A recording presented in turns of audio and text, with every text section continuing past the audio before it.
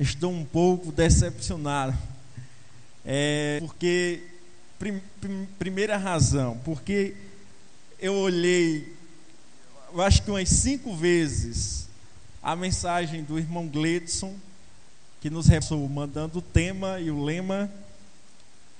E agora, no telão, eu percebi que não é exatamente o que ele tinha me passado. Confesso para os irmãos que eu tive uma semana um tanto complicada.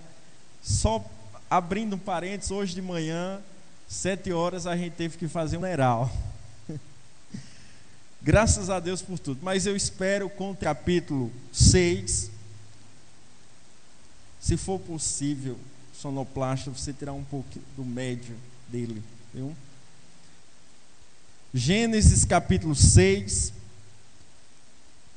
a partir do verso de número 1. Gênesis 6, a partir do verso número 1.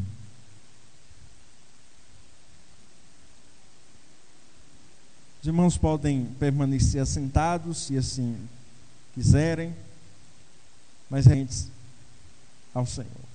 Gênesis capítulo 6. Amém? Está escrito assim na palavra do Senhor: como se foram multiplicando os homens na terra, eles nasceram filhas. Vendo os filhos de Deus que as filhas dos homens eram formosas, tomaram para si mulheres, as que entre todas mais lhes agradaram. Então disse o Senhor: meu espírito não agirá para sempre no homem, pois este é carnal. E os seus dias serão 120 anos. Ora, naquele tempo havia gigantes na terra, e também depois, quando os filhos de Deus possuíram as filhas dos homens, as quais lhes filhos, estes foram valentes, varões de renome na antiguidade. Viu o Senhor que a maldade do homem se havia multiplicado na terra, e era continuamente mal todo dentro do seu coração. Então se arrependeu o Senhor de ter feito o homem na terra, e isso lhe pesou no coração. Verso número 7. Diz o Senhor: farei desaparecer da terra o homem que criei, o homem e o animal, os répteis e as aves dos céus, porque me arrependo de os haver feito. Porém, Noé achou graça diante do Senhor. Eis a história de Noé. Noé era homem justo e íntegro entre os seus contemporâneos. Noé andava com Deus, gerou 3 filhos, Sem, Cã e Jafé. Amém. Queridos irmãos, eu pretendo tratar com vocês na noite de hoje sobre o seguinte tema: andando com Deus em um mundo caído.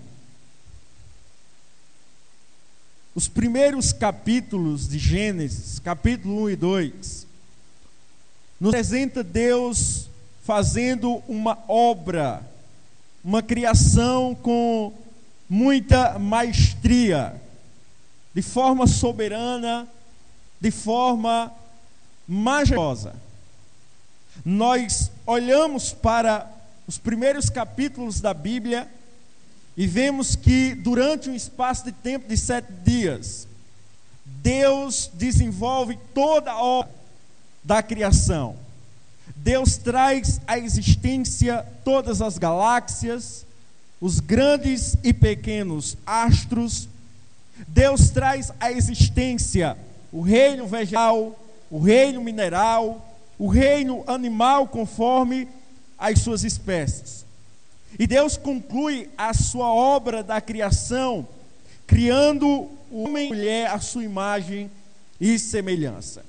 Esses seres humanos estavam dotados de razão, sentimentos e uma espiritualidade perfeita. Além de tê-los criados, a Bíblia nos diz que Deus coloca esse casal em um lugar particularmente especial em todo o universo. Deus coloca esse casal em um lugar chamado Éden. E a palavra Éden traz a ideia de paraíso, de um lugar extremamente maravilhoso, um verdadeiro paraíso na terra. Um lugar repleto de harmonia, de justiça, de santidade, de alegria, de paz. E o Éden tinha um detalhe extremamente significativo. Deus passeava naquele lugar. A Bíblia diz que ao findar do dia, muito provavelmente, como nós conhecemos, à tardinha, Deus visitava aquele casal no Éden. De maneira, meus irmãos, que a presença do Deus vivo era real naquele lugar. E diante de tudo isso, dessa obra criada, desse jardim preparado para o homem, desse homem no jardim desfrutando de todas essas delícias e maravilhas, Deus faz duas observações para esse casal. A primeira observação que faz é a seguinte: comam de todas as árvores de maneira livre, porque vocês têm liberdade. Vocês nessa condição estão completamente livres. Comam. Mas há uma segunda observação que a princípio parece até uma antítese, algo totalmente confrontando com a primeira observação. Deus vai e diz: não comam da árvore do conhecimento do bem e do mal. Só dando uma explicação, irmãos, há comentaristas que chegam a concluir que essa árvore do conhecimento do bem e do mal significava tão somente uma atitude que o casal não deveria tomar, que seria estabelecer o bem e o mal na sua própria vida. Porque quem estabelece todas as coisas, inclusive o bem e o mal na minha e na sua vida, é o próprio Deus. Deus diz: não comam dessa árvore, não comam do fruto dessa árvore, porque se vocês comerem, certamente morrerão. Negativamente, Gênesis capítulo 3 é aberto com esse casal sendo tentado. E depois dessa abertura, nós vemos esse casal caindo. E no final do capítulo, o pecado desse casal é punido. E voluntariamente, eles desobedeceram ao Criador.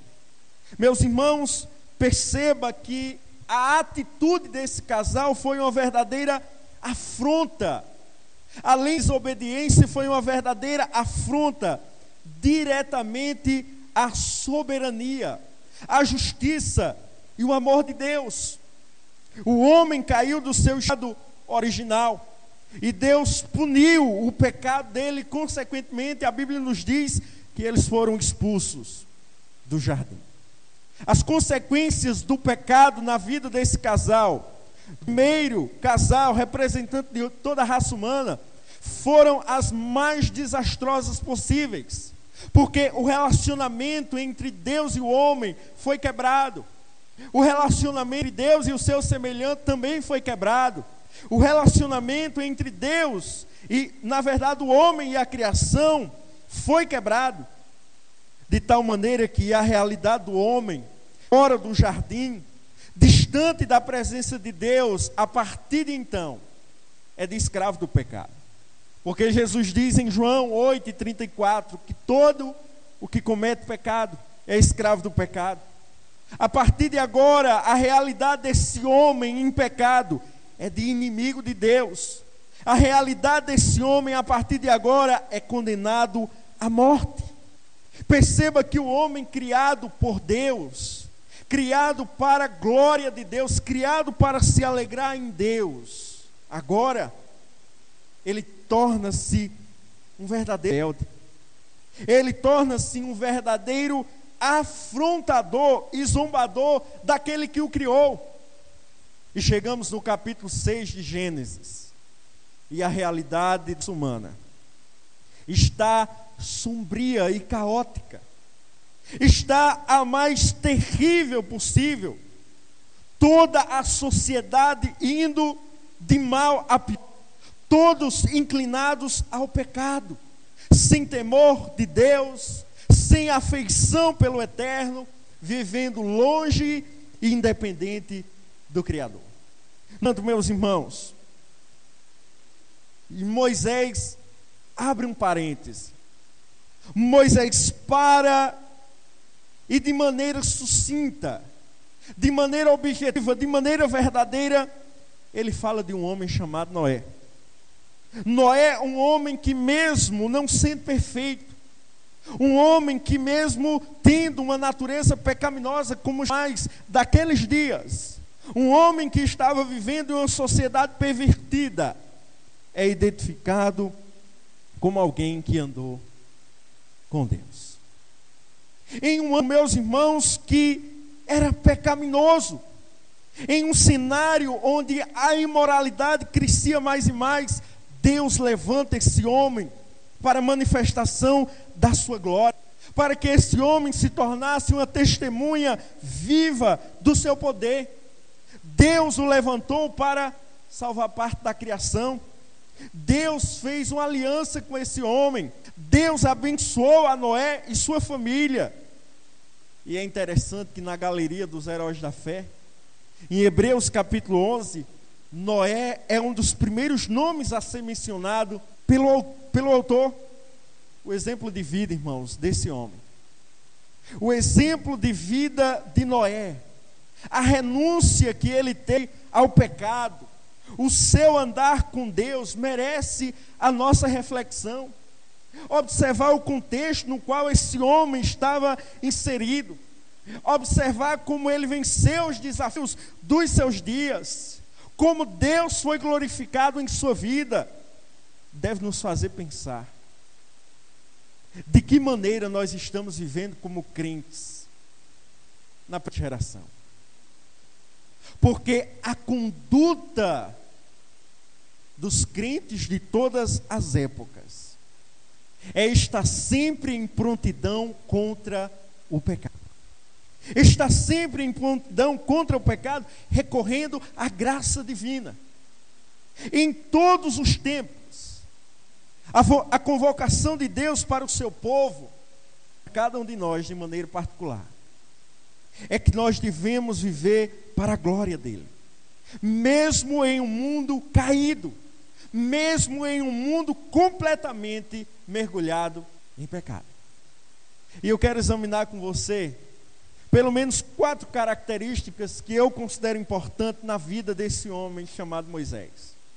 E de maneira objetiva, eu penso que se a gente parar para refletir, a realidade que ele viveu também pode servir e nos estimular ao progresso espiritual. A primeira característica, irmãos, que eu quero falar para vocês, é que Noé estava inserido numa sociedade marcada pela queda. Se lermos ou atentarmos bem do versículo 5 ao 5 do capítulo 6, você vai perceber que há uma apresentação de uma realidade social marcada pelo pecado. Existe um profundo contraste entre Gênesis capítulo 1, 31 e Gênesis capítulo 6, verso 5. No texto de Gênesis capítulo 1, verso 31, está